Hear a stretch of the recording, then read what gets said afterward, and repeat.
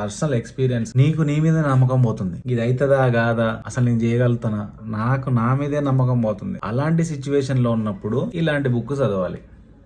చూసిరు కదా, ఈ బుక్ చదివిన తర్వాత మన మీద మనకు నమ్మకం దారుణంగా పెరిగిపోయింది. ఎందుకంటే నేను బుక్ చదివిన తర్వాత నా మెంటల్ టెన్షన్స్ అన్ని పోయినాయి. మనం ఎట్లా వర్క్ చేయాలి, ఎట్లా వెళ్ళాలి అని చెప్పేసి నాకు చాలా నేను నేర్చుకున్నా. ఇంకోటి ఏంటంటే, ఈ బుక్ చదివిన తర్వాత మీరే నాకు కామెంట్ చేయండి ఎట్లుంది, ఏంది కథ అని. నాకు ఎవడు ప్రమోషన్ చేయని చెప్పేసి దీనికి పైసలు ఏమి ఇస్తలేరు. ఎందుకంటే నాకు పర్సనల్ ఎక్స్పీరియన్స్, నేను చేసిన కాబట్టి, నేను చదివిన కాబట్టి నాకు మంచిగా అనిపించింది. సో మీకు యూజ్ అవుతుంది అని చెప్పేసి నేను ఈ బుక్ సజెస్ట్ చేస్తున్నా.